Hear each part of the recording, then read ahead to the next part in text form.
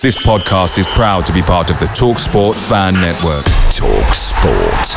Powered by fans. Danilo's free. It goes to Gibbs wide. Edge of the box. Foley. Yes! Great goal! What a hit from Arena! Gibbs wide. They've only gone and done it again. Forest back in the lead. Rewarded Gibbs White. Oh, what he scores! And the City ground goes ballistic.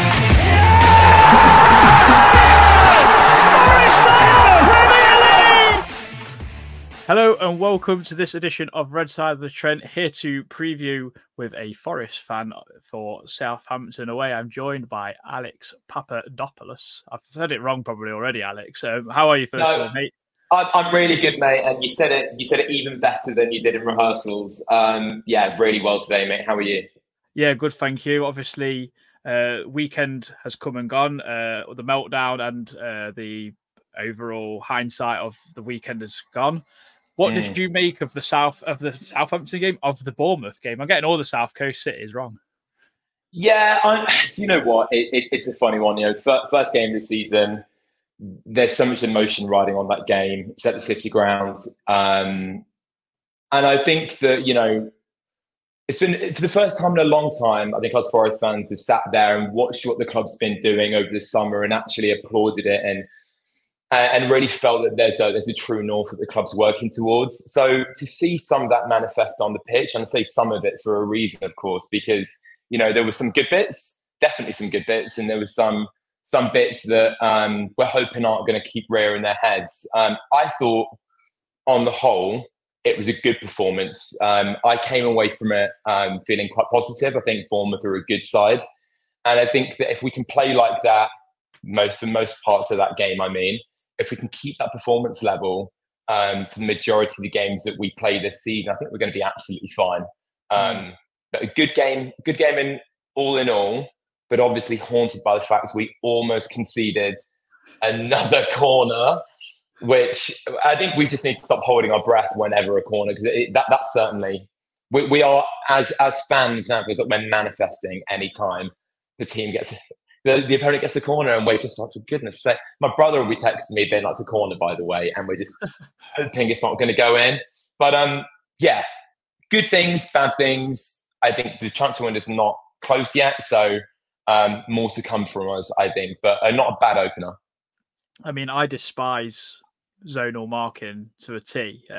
I don't know how a player runs through the box and no one goes, "Oh, he's running free." Like, it's just, yeah. And we're so lucky VAR kind of was on our side for that moment. I mean, I think any other day we might get caught out there. But obviously, we've still not quite heard any more news on Danilo's broken ankle. But did you think that kind of like disrupted us a little bit, because obviously such a long time waiting around for him to obviously get the attention he needed to?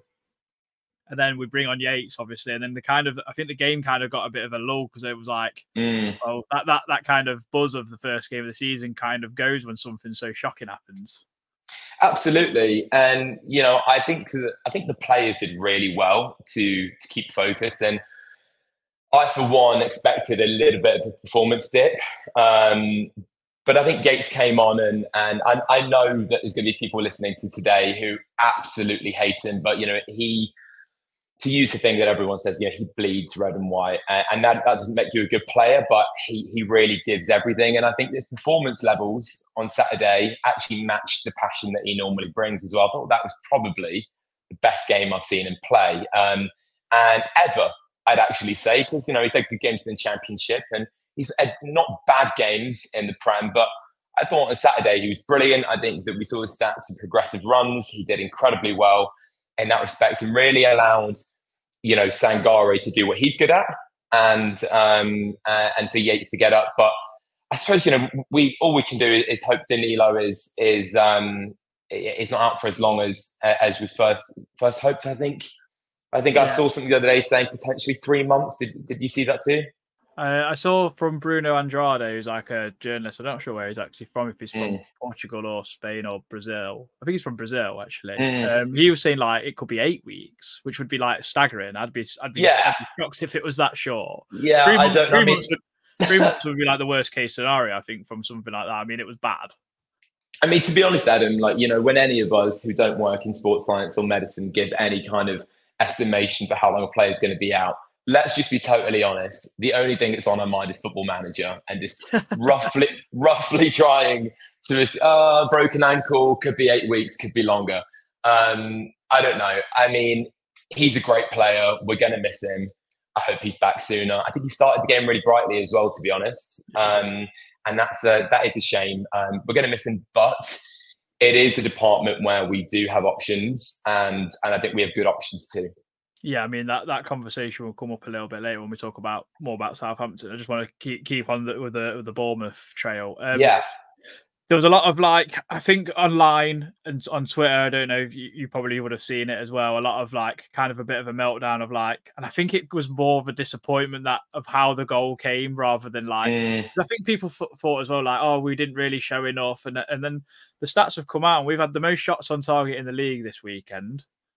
I thought we went forward pretty well. I think Bournemouth are a good side and people seem to forget that.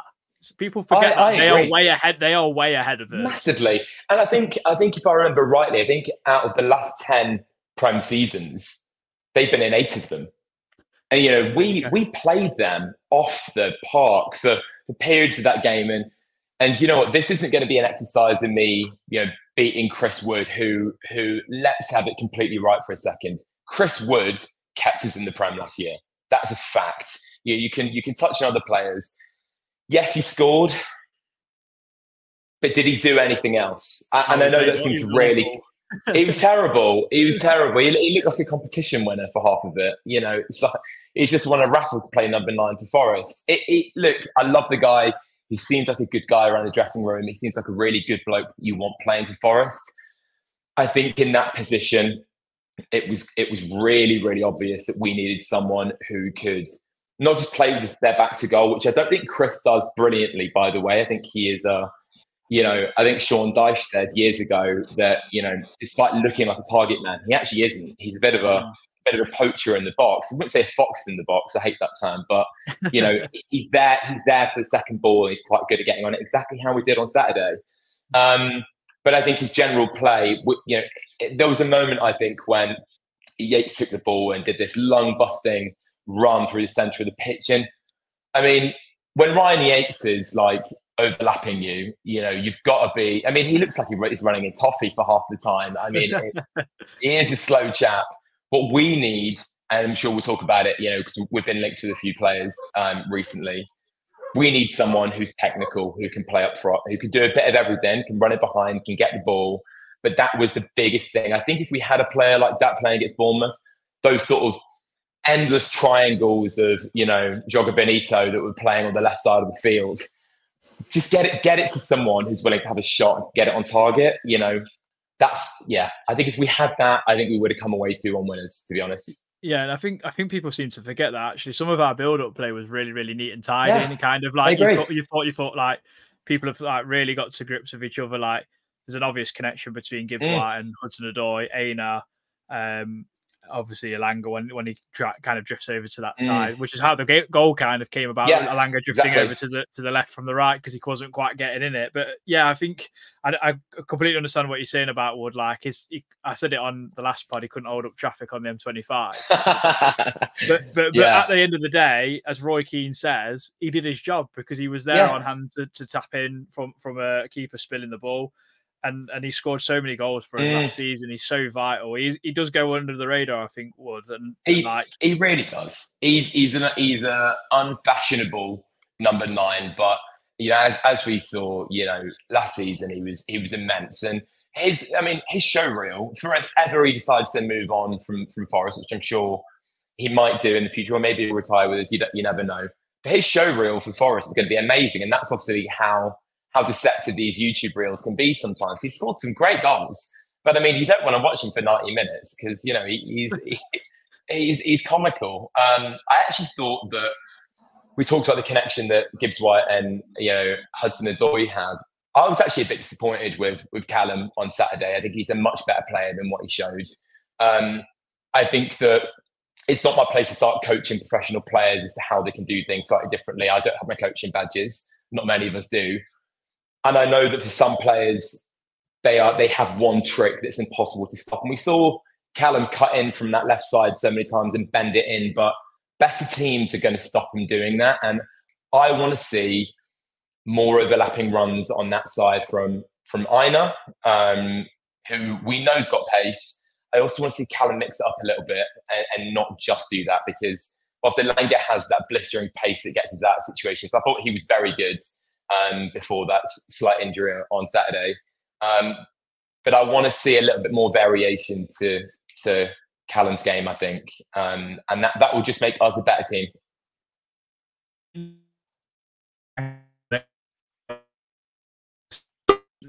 Spoke about this on Saturday. I just wanted your opinion about Nuno's decision not to bring on Jota Silva at the weekend. Like, got a winger, and now there's a big conspiracy that he's going to go to Olympiacos if we bring in another winger because of that article. I think it was from Dan Taylor or was it from John Percy? From one of them, from one of the reputable kind of journalists. But yeah, it kind of like hindered us a little bit because like you got Anderson out there who's not really a winger, and then you got Dominguez on the other side who was also definitely not a winger. No, exactly.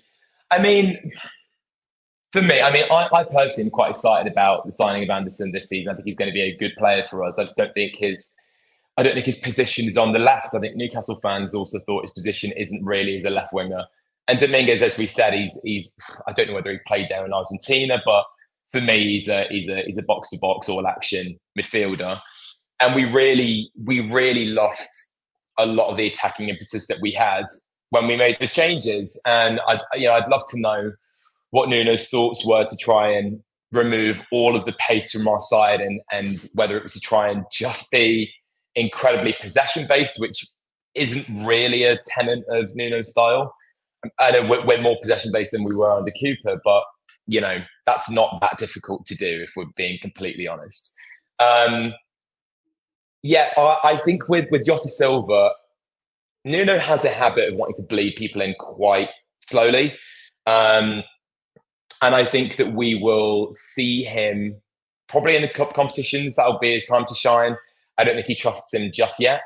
But I do think there's a good player there. I'm not going to, my red hot take is absolutely not Jota Silva is going to be a 20-goal a season player for us. But I do think he's going to be a useful addition. And I do think it's a shame that he didn't at least get a chance to show his worth on the right, because that's not where Dominguez should be coming on and doing a job for us, to be honest. Yeah, I mean, that's why we needed some wingers. And obviously, Ramon Sousa paraded at half time, and I'm quite excited about him from looking at his kind of reel. He looks real quick, real pacey, kind of what you said about Callum in terms of he's got a bit of variation, tricky. I'm intrigued to see what he's like. I mean, coming from the streets of Paraguay, I think he's got the kind of that, as Matt Turner would say, he's got that dog in him. So I'm quite intrigued to see how he gets on. Obviously, same. Very interested to see what the squad will be at Southampton come, what was it, 1:45 nowadays rather than 2:00, weirdly. Yeah, exactly. It's going to be an interesting game against Southampton. I mean, they're going to be up for it, just like we were in the first season that we came up to. Every game's going to be a huge game for them. I do think we're going to win. And it feels like it feels nice to finally be third season in the Prem now. Let's not forget. We've managed to move away players that we don't think are able to cut it at this level, and we've made some smart additions. And the players that we've retained, I think, are good Prem players. I think this is a season now where we should be going into games and going, that is firmly a winnable game. And against relegation teams, we can't be going into that game being like anything other than a win. I think I don't know, Adam. I think we're a little bit too early in the season to talk about must wins, but obviously you need to be beating the relegation teams. That's for sure. I actually put that down as a question. I put that down as a question. Is it too early to say must win / not lose? Because it is against a team that on paper we should be beating. Like, no disrespect to Southampton, but we should be going there and going, do you know what, this is our game, and we're gonna dictate it, and we're gonna boss you, and no matter what, even if you're at home, does not matter, because we've now kind of grown since that first season we played you. I mean, I hope that fan's got his vlog camera ready again, because that clip is sensational. It is amazing, isn't it? It is good. Who do you see as a threat from Southampton? Oh God, the pantomime villain could be Brereton Diaz this season, couldn't it? Yes, it could be. And I meant to have a quick look over their players for coming on today, but you're absolutely right. You know, Brereton, I mean, he celebrated against us when he scored for Sheffield United, didn't he? And I thought that was, I mean, forever in the pantheon of pantomime villains now at Forest. I mean, it's like, you know, do you bite the hand that feeds you or fed you? I don't know, but it's, you know, I didn't like that. But it would just be very classic Forest to have a player that used to play for us score a very annoying goal, whether it be to equalise or hopefully not anything worse than that. But if it's going to be anyone, I mean, it has to be him. You know, I mean, I think with Southampton, they lost a lot of their big threat players. You're like Ward-Prowse, so at least I've got not to worry about set pieces this week. Well, I have got to worry about set pieces. Speak for yourself, mate, because I'm terrified. But like a world class like free kick taker, because he's that good at them. Like, but other than that, he's not the best footballer in my eyes, but he's half decent. But so we've got that to talk about. I think go on, mate. Sorry, I didn't mean to interrupt you there. I do think like one thing that I've got confidence in is Russell Martin being their manager because of how he played at Swansea. And I can't imagine it's changed too much. I watched Southampton last season against Sheffield Wednesday in the opening game of the EFL, and it was like a carbon copy of how he played at Swansea. And I was like, exactly. They'll go up because they've got better players than everyone else, but they come to the Premier League and it's just not going to work. Well, that was actually, Adam, what I was going to, you know, before I very rudely interjected there. It was actually about Russell Martin that I was about to say. So, you know, we're on the right wavelength then, aren't we? Absolutely. Yeah. You know, our Russell, I mean, he loves to try and play champagne football, but, you know, there's, in my opinion, nothing funnier than a team who comes up, plays like Barcelona every week and goes down in the bottom three. I mean, it's mildly amusing. You know, Burnley tried to do it last season. I mean, let's be honest. I think Vincent Kompany was putting himself in the job market with trying to play that style and refusing to change it. And to be honest, I think that either Russell Martin will have to change it eventually, or they will just go down. So my opinion is, and I think it's been talked about on the pod before, if I'm honest, we've been working really heavily on our high press. We've been doing that all season. I think they're going to get found out at the back. I think they're going to try and play out. We're going to intercept. Sangare, I thought, was exceptional against Bournemouth. He's exactly the sort of player who I think is going to have, you know, he's going to be rubbing his hands with glee in that game. To be honest, I'm hoping we have a bit more of the ball. But I think that the style of Southampton is going to play into our hands a little bit. We're still, even though I think we're going to want to put a foot on the ball a little bit more this season, I still think fundamentally we are still a counter-attacking team. And when we win the ball high up the pitch, through the speed of Elanga and sometimes Hudson-Odoi, if he wants to actually put the gas on, we'll probably catch them in a very awkward position. And I think that's going to be the way we score. I mean, they conceded to 10 men in similar fashion, like Alex McCarthy giving the ball away to Isak, and then he just passed it across to Joelinton. And that's against 10 men. I can imagine it just happening on Saturday, and Southampton fans with their head in their hands, just going, "What are we doing? Like, you can't do this again." Like, they'll be shocked because we're doing this against Forest, who they think they will equally think they can beat us on Saturday, and I completely understand. So they should, So they should, because you know, for us now, I mean, the year we came up, I can't remember whether it was our first game. Was West Ham our first game when we came up? First game at home. First game away was Newcastle. That was it, yeah. And West Ham was our first game, I think. And West Ham, you know, they're probably looking at us like we did West Ham, being like, all right, third season, but we can beat these guys. Yeah, on our day is what they'll be saying. They'll be saying on their day they can beat anyone. That's definitely not true. But that sort of naivety you talk about when a team comes up, there's so much like good feeling and like positivity that I think a lot of teams can get swept away with it a little bit. I mean, we had no place for that under Cooper. We were literally, we had camp beds in our own box. That's where we were sleeping. There was no place of naivety there. But for a team that Russell Martin manages, he's going to want to breed into them that they can do those things. They can play out from the back. They can do these neat little triangles around the middle of the park, and I think it's going to be their undoing. I mean, I find like they've got like the players at the back they've got is like Bednarak, Harwood, Bellis, and I can't remember the final defender to save my life because they play a 3, and I'm just going to quickly look at it because I just kind of think like I've watched Bednarak plenty of times for Poland, and I've gone that guy does not want to football at his feet, not for very long anyway. It is Jack Stevens, should I say? Okay. So like I just find it a little bit difficult to see like them playing out the back with that personnel. I mean, Burnley were trying it with like Dara O'Shea. Like, come on. Yeah, I know. Like, yeah. So yeah, just I fear for him a little bit, but like I'm rubbing my hands at the same time for our sake. I fear for them too, but it normally takes a few games of getting battered or losing games they think they should have won to if they are going to change that style and be more pragmatic. It's normally at 5 or 6 games in rather than at game number 2. So I think that Russell's principle is going to be pretty solid. He's going to want to keep doing that, and it's just I don't think it's going to work for them this season. I don't think their squad's that good either. They came through the playoffs, if I remember rightly, and that team often doesn't go on to do amazing things. But we'll see. Yeah, I mean, it'll be interesting, very, very interesting. I asked you to send me your team. I think this one is yours. Let me just double check. Yeah, this one's your team on the screen. So you've got Matt Sells in goal, Nico Williams, Milenkovic, Murillo, Aina, Sangari, Elliot Anderson, Alanga, Gibbs White, Hudson-Odoi, and Taiwo Awoniyi. Talk us through your decisions here, Alex, because Milenkovic obviously weirdly suspended on Saturday. That completely everyone off guard. Like, we've signed this new centre half, he's not even in the squad. Typical. I know.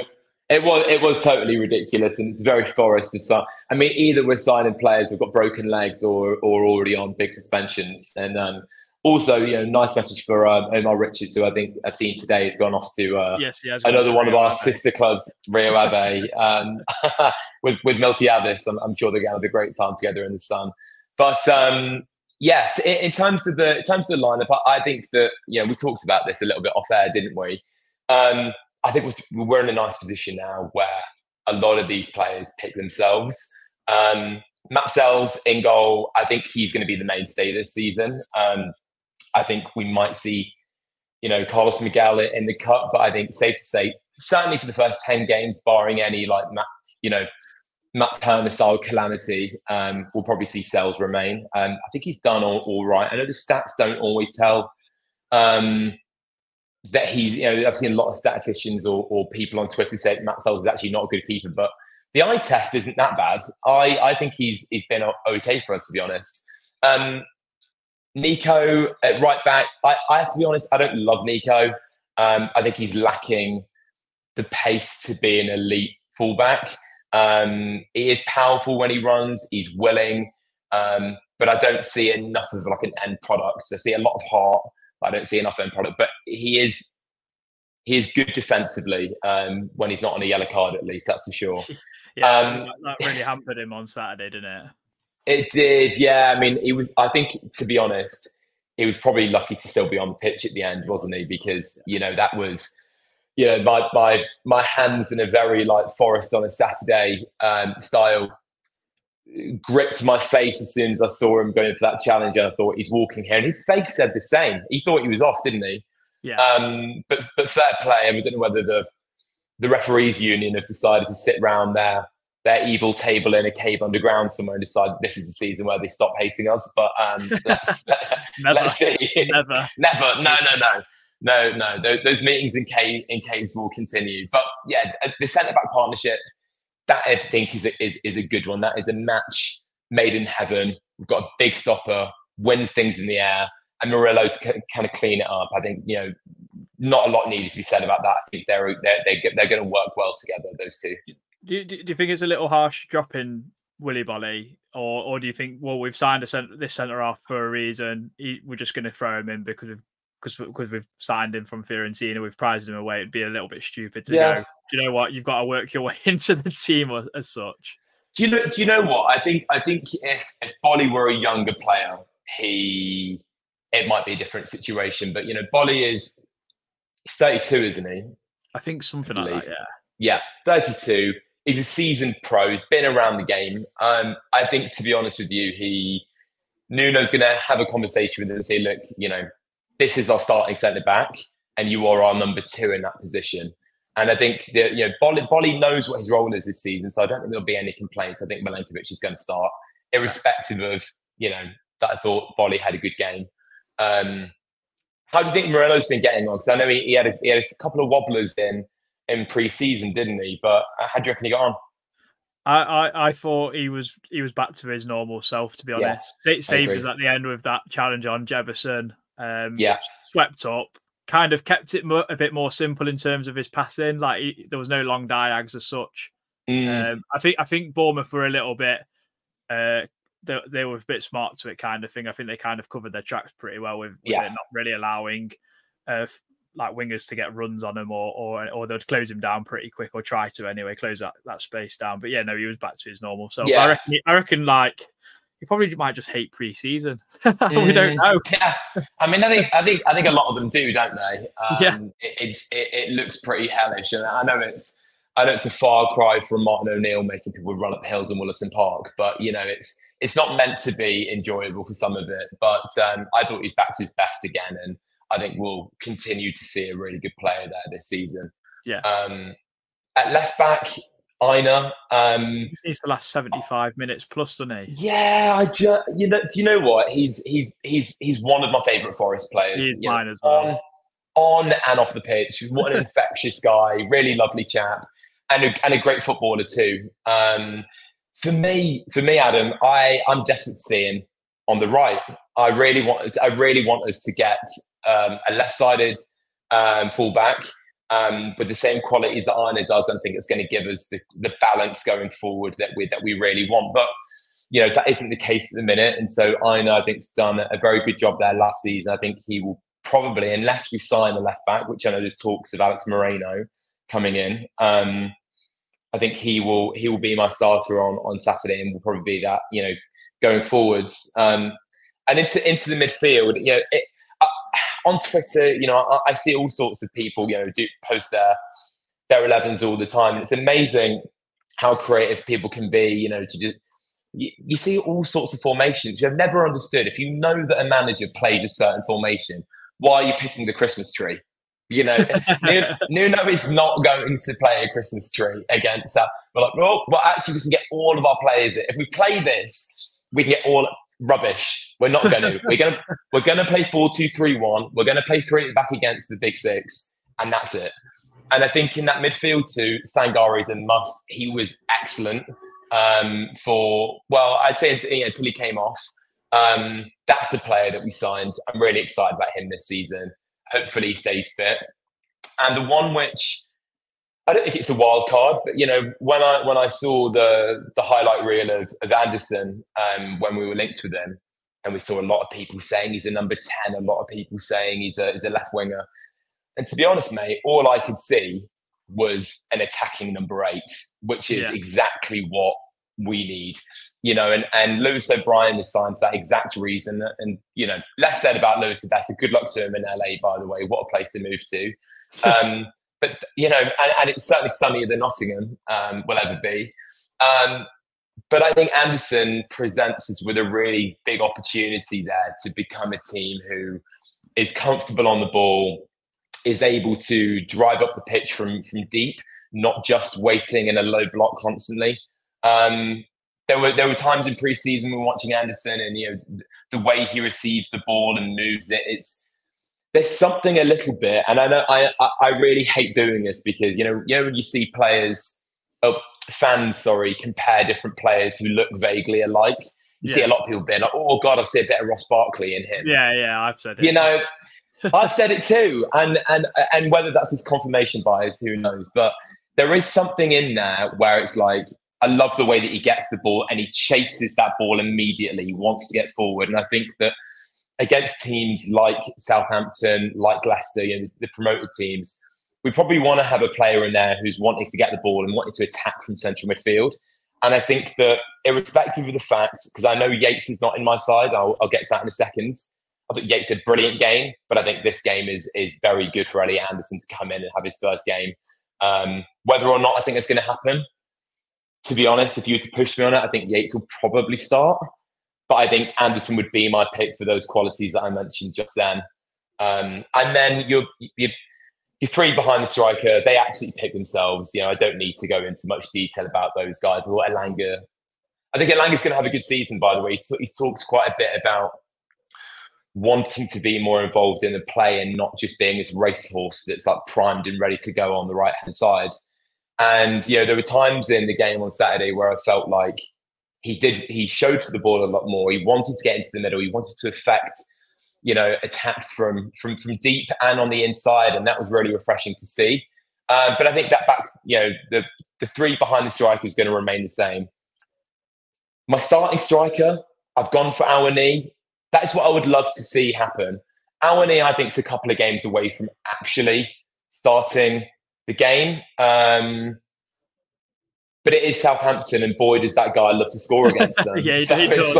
He really does. Yeah, and that's why, he's on their nemesis list, isn't he? He is. I've actually, exactly, yeah. I think Chris is going to start. I've actually gone for a 2-1 win against Southampton, and I've gone with Elanga and Awani, the scorers. I think Awani is going to come on and score. Because he just smells blood whenever he's on the south coast. That man, it's outrageous. But I think we're gonna win 2-1, and I actually think we're going to concede a corner, and I think that's going to be something that plagues us a little bit this season. If I'm totally honest, so it seems so depressing to say, but it's like seeing it in pre-season, we almost conceded, in the last game. I just hope we fix it. I really do. But I think that's going to be how we. Because promoted teams, they'll focus on that, won't they? Can they get points like that? Sure. So I think we're going to concede that way. Yeah, we're hoping Milenkovic literally on his own solves all our problems. I don't think it will quite. Whilst we were doing zonal marking, I haven't got a hope in hell because like I said, I despise it. Yeah. Just go man for man. You know who to blame then if someone gets a free header. Then you can kind of go, well, let's fix that in a sense. But yeah, I was really intrigued to say that we've both gone for the same midfield duo because this is my team. So I've gone. I've kept Chris Ward and I've kept Anderson and I've put Anderson in, but I've kept Willy Bolly because I thought he played well and it'd be a bit harsh to drop him. But when you actually said about, and we've said about Milenkovic, he's come in, he's the starting centre half. I think it would kind of make sense now when we've said it.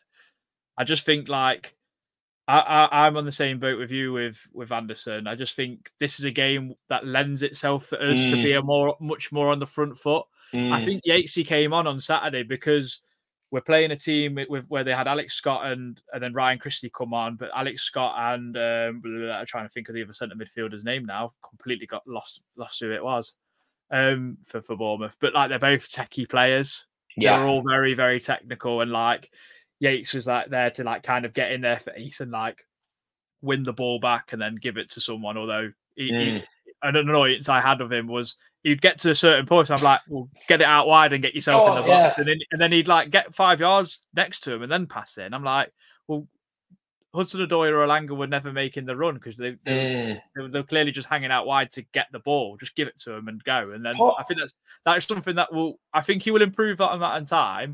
But yeah, I think Anderson, I just got a feeling this game really lends itself for him to start, pick the ball up in the half spaces with Morgan.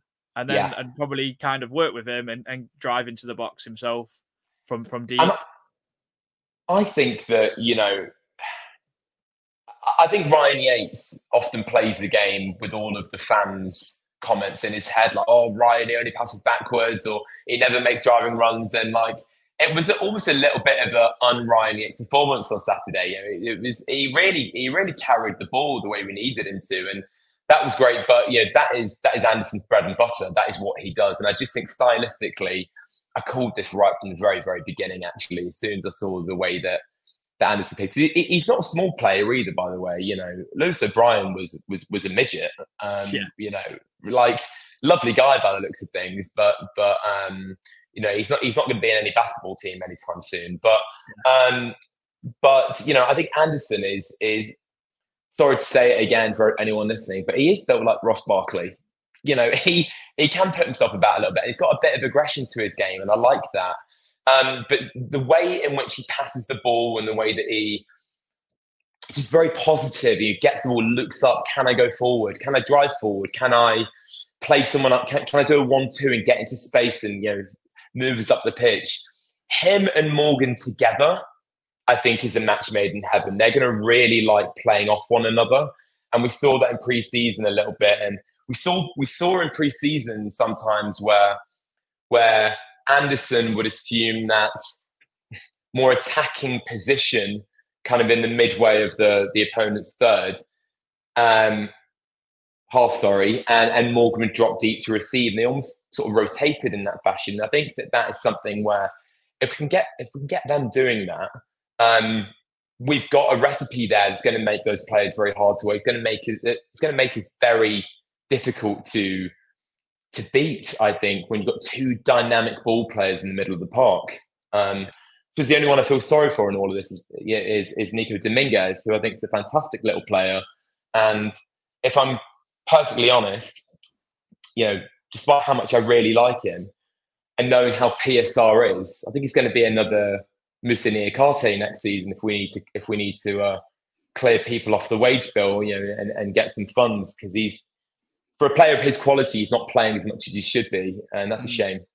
Yeah, I think Nuno's got a real headache in that central midfield position, especially for this game, because like we've reiterated too, Russell Martin's Southampton are going to try and play through the thirds and try and play out through the back. So the press is so important here, and every single centre midfielder, along with Sangare, because I think like a lot of us are kind of now pinning a lot of him. He is the nailed one in. You nail him in every time now, because you got to give him 10, 15 games to really get going and show us what he can do. I think he'll be like how Fulham seen João Palhinha this season. That's how I think he will be. I think Dominguez, Yates, and Anderson can all do that role of terms of like pressing and getting on like Flynn Downs or Will Smallbone and really pressing and nicking the ball up high. So I'm not going to be like too disappointed of whoever starts alongside Sangare. I think it will be Yates, because he performed pretty well and he can do the hassling. We've seen it on Saturday of him hassling Alex Scott and just bullying him over, just taking the ball off him. So like I'm not like having a go at any of our players. I just think it's a nice predicament to have. I'm glad I'm not picking the team, to be honest. I think we've got a nice mix of players there in that position. The only thing I worry about, and I was, for all of us fans, we're so afflicted by our obsession for Forest that, I'm just thinking about it. I'm having a shower in the morning, wondering what's going to happen if Sangare gets injured. It's just, my obsession doesn't end ever, and I think that will be we've got to keep him fit, by the way, because if he can play like he did against Bournemouth, it just gives us that platform to play. It really does. And I've heard a lot of people talk about when Nuno was over in Saudi and the style he wanted to try and implement over there. People said it was a lot more possession based. And I can't say that I've watched any of those games and I've not seen it with my own eyes. But part of me thinks that Nuno's bread and butter is counter-attacking. And I feel that he wants to be a more possession-based coach, or at least have core principles of that philosophy in his philosophy. And I think that if we are going to do that, and if we are going to be successful being a team that is more comfortable than having 12% possession against Arsenal a couple of seasons ago, then someone like Sangare is going to be absolutely critical to us doing that. Yeah. And he needs to stay fit. Yeah, definitely. I mean, I'm very intrigued. I'm excited because I'll be going down there to watch. And last time I went, we won 1-0. It was the only away game we won that season, so that'll be fun. Exactly. And I thought Southampton's a cracking little ground, to be fair to him. Like, it's a bit of a bowl, but I like it. It's all one tier. But they did do a light show last time, and that was a bit weird. Just some news that we're going to just touch on because it's been the biggest, hottest debate online, Alex. Santiago Jimenez or Eddie Nketiah? Who are you leaning towards if we are going to get either? I don't know if we'll get either, to be honest, because Nketiah wants 120k a week and he's not budging from that, and Arsenal want stupid money for him. And Santiago Jimenez sounds like he wants to stay at Feyenoord rather than come to Forest. So we're going to end up with, like, I don't know, God knows who. Yeah. God, it's firstly, I'd say it's a good position to be in where you're linked with two exciting, and there's going to be Forest fans that don't think Nketiah is exciting. And I guess we'll talk about that and what I think he can bring to the team. But we're linked with two good players, and I think as Forest fans, we're very quick to forget where we were even 4 years ago, and to be linked with those players is great. So well done us. For starters, because we've had some shockers. Let's be totally honest. Where do I stand on it? I mean, I've seen there's been polls all over the place. I think another one of the podcasts did a poll that had almost 70% of people saying they wanted to go for Jimenez. And do you know something? I think when you're playing with £30 million and you're a team that's been in the Prem for its third season, that's a lot of money, and we want to make sure that we're spending that right. Jimenez looks like a really good player. He looks like he can do a bit of everything. He can run in behind. He can be what we were talking about earlier, being a little bit more technical and wanting to bring other players in without having to be, like a brute. It's exactly the word I was going to say. A brute. I was going to say a Marvel villain. Just playing up top. But for me, I think they both offer that. They're both technical strikers.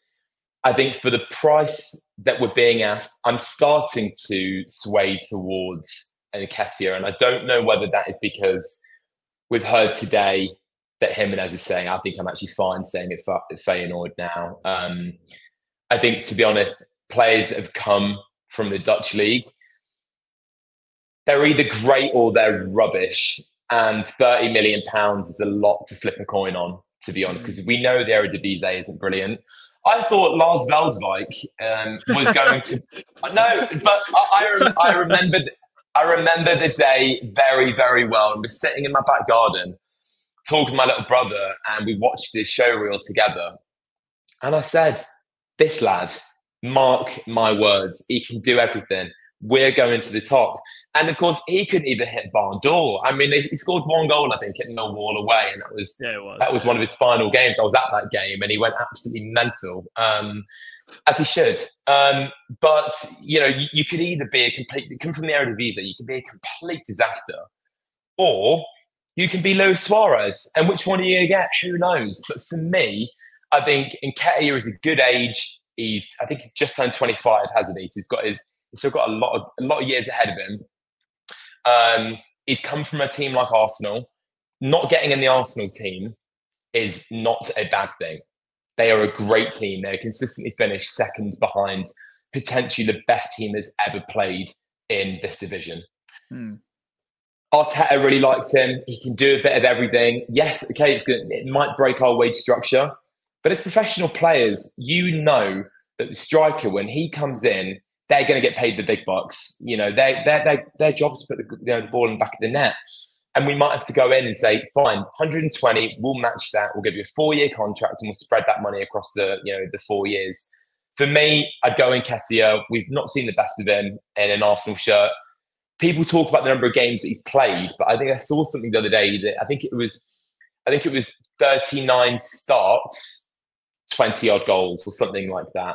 Which, if you put it like that, sounds a lot better than he's played. I forget the total number that he's played. Like 120 games or so. Yeah, 120 games, and exactly, it's something like that. But we've had a lot of success, Adam, in taking those players away from those teams. Hudson-Odoi was great for us at the end of last season. Elanga probably at the beginning of last season, but both good players and players that I think can are gonna get better with Forest. What's to say Nketiah won't? What's to say Nketiah won't? I think that's where my head's at. He's less risky. He can score goals in the Prem. We know what he is. He's a known quality. And I think that's where we need to be focusing and not risking. Because if we go into this season without a third striker, we're not going to be in trouble. But what we're going to do if we get injuries again, and having Nketiah is going to be crucial. Yeah, I mean, I'm really torn purely because I love Nketiah because of Football Manager. Yeah, who doesn't? Soft spot for him in that sense, and I'm in agreement with you in terms of like at least he knows the league, and like I feel like he would link up well with the three behind him pretty well. On the counter, he might get a little bit more space because at Arsenal, what they do when he's playing, they're playing against low block half the time. It's a bit more difficult unless they're playing absolutely dross. Like I think he scored a hat trick last season against Sheffield United, and they were just cannon fodder for everyone. So absolutely, it's an interesting one. I think like I get it from like players that have come from the Eredivisie, and I'm not sure if it's because of like how they fit into certain teams or personnel or whatever. Because I think everyone just kind of looks at Man United and go, well, Ten Hag has signed half of the Ajax team he had, and they've all been shocking. And I'm not sure if that's because they've spent stupid money on all those players who are like so overpriced and overrated in my eyes. Like I think De Ligt is going to be a failure this season because I think me too. They've bought a player who's a bench player for Juventus and Bayern. Basically, they're not buying a starter. So, like, you come to like one of the biggest sides in the world. I don't know if you're going to be any better than what you were at those other clubs. Or you're just going to end up being on the bench for Harry Maguire. Anyway, I digress. So, with Jimenez being like Mexican and not actually Dutch, it might like I don't know if that plays into it a little bit because he's not got that like I don't know that casual kind of play style, but I think I do lean towards a little bit of the Nketiah because of he's familiar already. You kind of know what you're going to get. I think I said it the other day, Adam. It's like if let's say we sign Jimenez, let's play that out for a second. We sign Jimenez, and let's say he's successful. I think we finish like 12th. If he comes in and successful and scores like 16 goals, which we've seen happen before. And he looks, I think his last 2 seasons, he scored nearly 30 goals in the Eredivisie, which I know is a different league and a different standard, but he does look a really good player and he looks like a player that I think would suit us. And at what point do we start trusting our scouting and recruitment? Because it used to be rubbish and it's now very good. We're signing good players that work for us. I mean, who'd have thought it? We're signing players that we need. It's. How many times we're on deadline day? Oh, signed another CDM or Jakob or bloody someone else. It's just. I liked Claudio Jakob. I love you. I liked him too. Good player, but it's. Or Harry Arce, a better example, maybe. Like we've finally got the joined up thinking, and I think we need to start trusting that our team do know what they're talking about. And I think both are good options.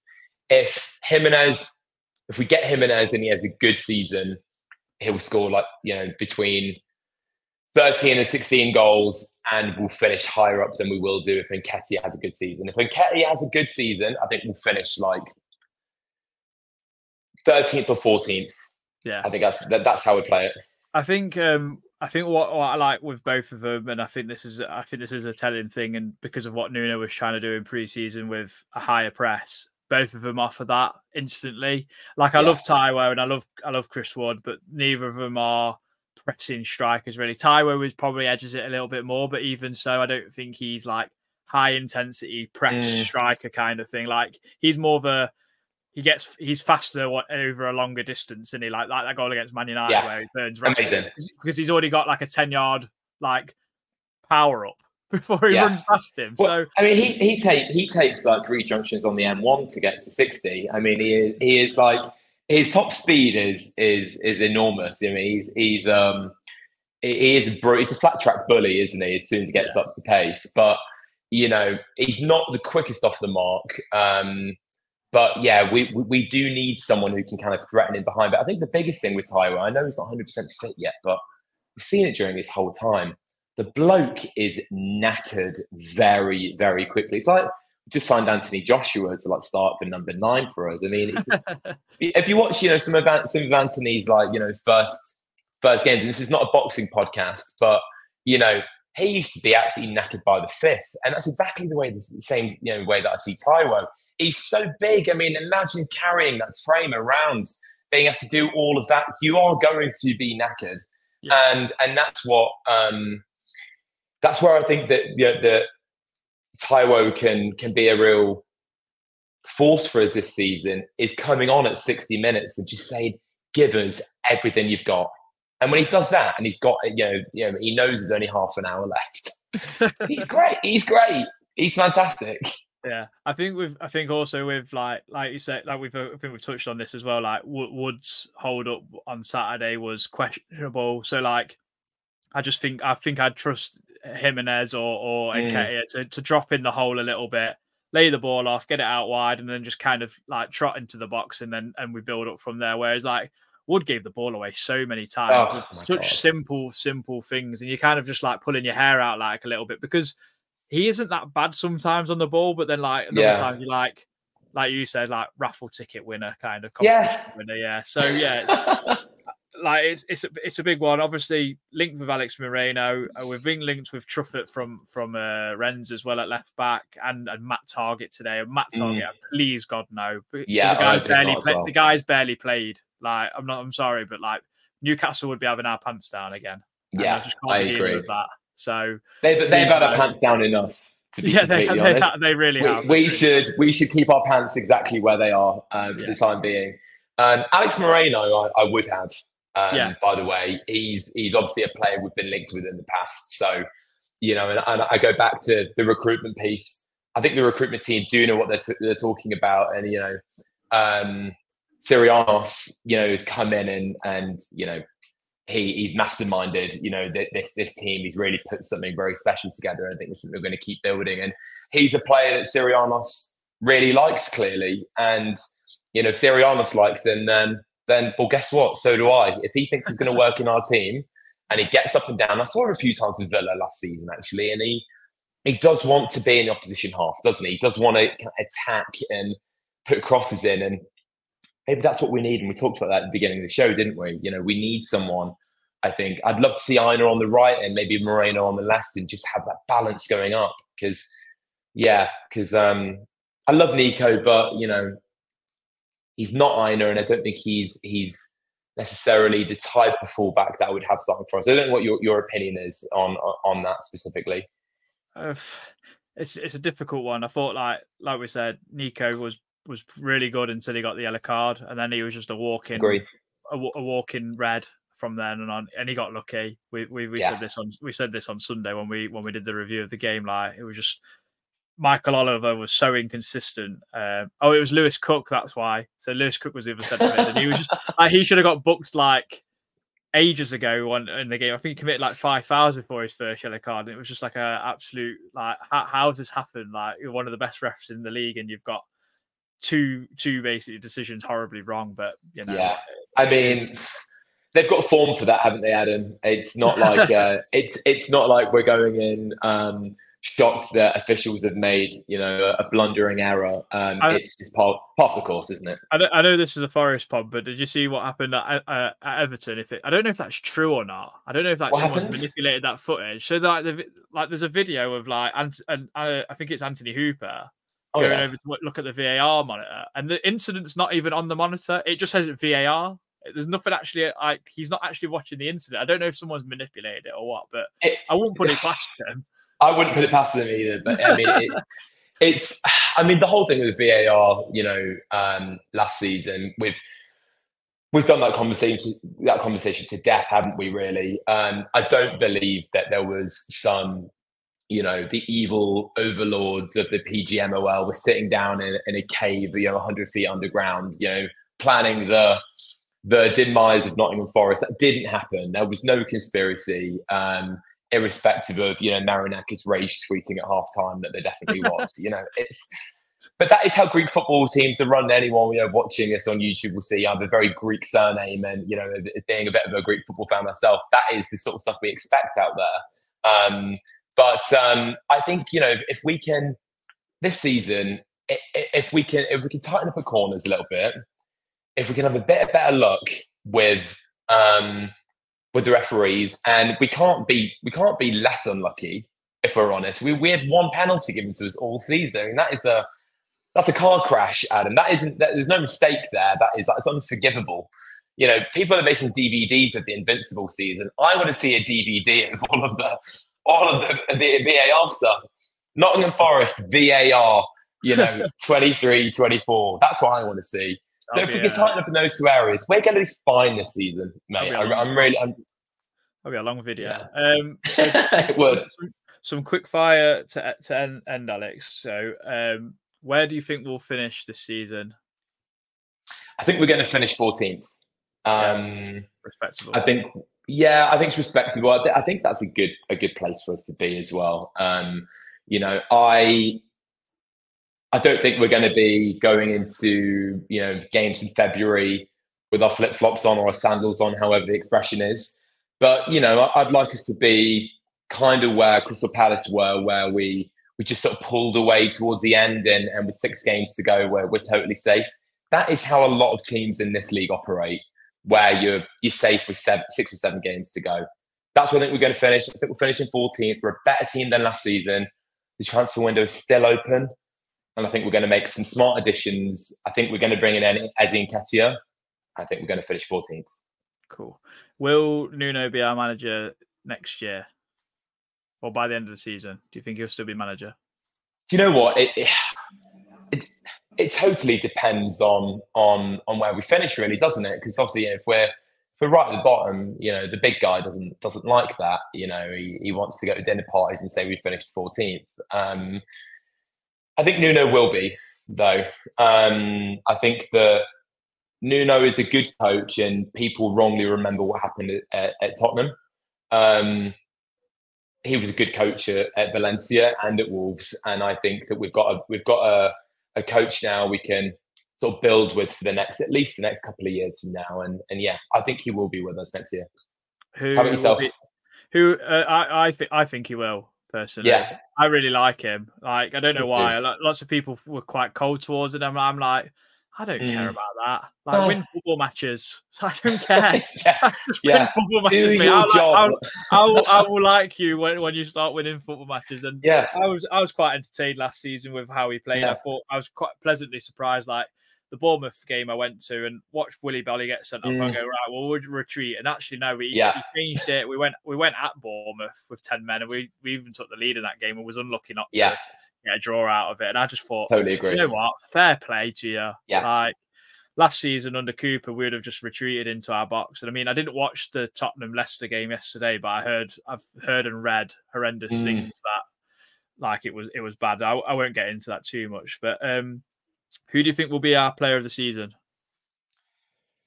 Oh, I mean, I think that there's an easy pick of Morgan Gibbs-White. He's everyone's favourite player. I'm going to say Milenkovic, actually. Yeah. I've got a feeling that, what we're going to define as our player of the season is going to be the player that can solve a problem that exists for us. We know we're rubbish at corners. Hopefully none of the opposition analysts are listening. If you are, we're great at corners. We never concede. But I think, bringing in a player of his calibre, of his height and stature as well, I think he's made to be a success in this team, and we've seen him be a starter for Fiorentina for years, and did well in a poor Serbia side in the Euros too. So I think Milenkovic is going to be our player of the season, and he's going to solve a lot of problems for us. I really do. Yeah. This has been recently stolen from Forest All Over, and I'm sure Chris won't mind because I seen him on Saturday. Actually, he never said "boo to a goose" to me. Anyway, what's your red hot take for the season? Red hot take. I wrote a couple down actually in anticipation I might get one. I've got 2 actually. Am I allowed 2 or just one? Sure. So, all right, go on. We'll do 2. We'll do 2. First red hot take. I think Miguel's hardly going to feature. That maybe not that controversial. I think that he was obviously heralded as this savior. We're never going to concede a corner ever again in our lives. He's just going to, pluck the ball out of the heavens every time it comes in. It's not. No. I think that Sells is going to be probably our keeper for most of this season, and Miguel, Carlos Miguel will come in as required, maybe in the cup, but he's not going to feature that much. My second red hot take, and it really pains me to say it, Adam, I think corners are still going to plague us all season. I do. I can't get away from it. I know. Yeah, I can't release myself from the fear every time the ball goes out and I'm watching to see which way the lino puts his flag up. And every time he flags for a corner, I start getting arrhythmia. My heart is just all over the place. So I think that, it happened in pre-season a couple of times. We saw it, against Bournemouth, and we were saved. We were a bit lucky, let's be honest. But yeah, I think that corners are going to cost us, and I think corners, that frustration that we'll keep seeing from corners is going to be something that brings Nuno's job into question. But I think he'll stay. But Milenkovic can be our player of the season. I don't make sense. Yes. Well, I mean, I think, to be honest with you, he's going to be someone that can be domineering at the back. And can bring the ball out maybe in a way that Bolly can't. Just be generally solid for us. But we conceded a million corners with Willy Bolly in there, and he's ginormous. He's Man Mountain. I don't think that our woes from set pieces are down to players. I think that the setup. Yeah. Something in the setup really stinks. So if we can fix that, then hopefully we can actually, I won't have had a heart attack by the next time we speak, Adam, and I might be on the pod again. Yeah, sure. Because I think my red hot take, I never even actually said it on the pod when we was doing them, but I had a feeling that Morgan Gibbs-White might get called up to the England squad this season, purely because Lee Carsley is manager at the moment, and I think he'll end up getting the job because I just think he'll play liquid football like I saw for the under-21s. Cross my fingers in that department. I really hope he does, but I think is Morgan on penalties for us? I think he is, isn't he? More than likely. Yeah. I think we had one last year though, didn't we? And I think, if we'd had more than just the one, Morgan's goal stats would have been much merrier. And people talked about not adding goals to his game, but nearly all of them were out of play, weren't they? From normal play. So yes, I think it's really conceivable that Morgan could get called up if we start getting some penalties given our way, and Morgan can stick him away. I'd love to see that because he's a brilliant player. He really is. I think I'd like him to just pull the trigger a bit more this season, like just trusting himself to have a pop every now and then. I mean, we saw what happened on Saturday. Yates has a shot. It forced Chris Wood. It's a goal. It's almost like an assist in itself. But yeah, I actually thought he was a little bit under the radar. A lot of people said he wasn't that good on Saturday. I actually thought he was pretty good. Like he was doing these like reverse balls and like little passes that got people away. And I don't think people kind of appreciated it that much because he didn't like make an assist or score a goal. And I think if he'd scored that goal where he got played in by Nico Williams and the defender don't get across and he sticks out in the back of the net, everyone's probably saying Morgan probably had a man of the match performance, but it is what it is. I feel like this could be his season to really like ramp his numbers up personally. I mean, 10 assists in his first 2 seasons, in each of the first 2 seasons is still really good. It's amazing. For me, he is the heartbeat of the team. It all goes through him. He plays football the way that we all want it to be played. He is probably, since Colin Moore, our best player, is what I'd say. He's fantastic, and we're really lucky to have him. And I think he came out recently and said that he's not going anywhere as well, which I hope remains to be the case. I think that Morgan often gets, I think it's been discussed on the pod as well, to be honest. He often gets the assist before the assist. He's involved in everything. And I think the more that we can, have players like Anderson that featured both of our 11s for Saturday, if we start to take more of that pressure off of him, then we're going to see his game, flourish even more. My problem with Morgan is that, I think for all of the great work that he does in, ball retention, progressing us up the pitch and providing assists and chance creation, his shooting does leave quite a bit to be desired. So when you talk about him pulling the trigger, I mean, I think he pulled the trigger on Saturday, and it was like one of those FIFA shots where you accidentally you meant to click it twice, and as it goes into rosette, he does need to find a little bit more composure and not just snatch at it, which I think is what he does quite often. He's just so concerned about getting good contact and getting it on target that he just hits it as hard as he can, and it doesn't really trouble the keeper as much as maybe it ought to. Yeah, fair enough. Alex, thank you very much for joining us. So 2-1, we're going to win at Southampton. I went for 3-1, I think, on the pod, so I'm sticking with that. Where can people find you if you want to follow you on Twitter and stuff? Yeah, I'm on Twitter. I'm Papadopoulos1. That's going to be a mouthful for anyone who can't spell Greek names.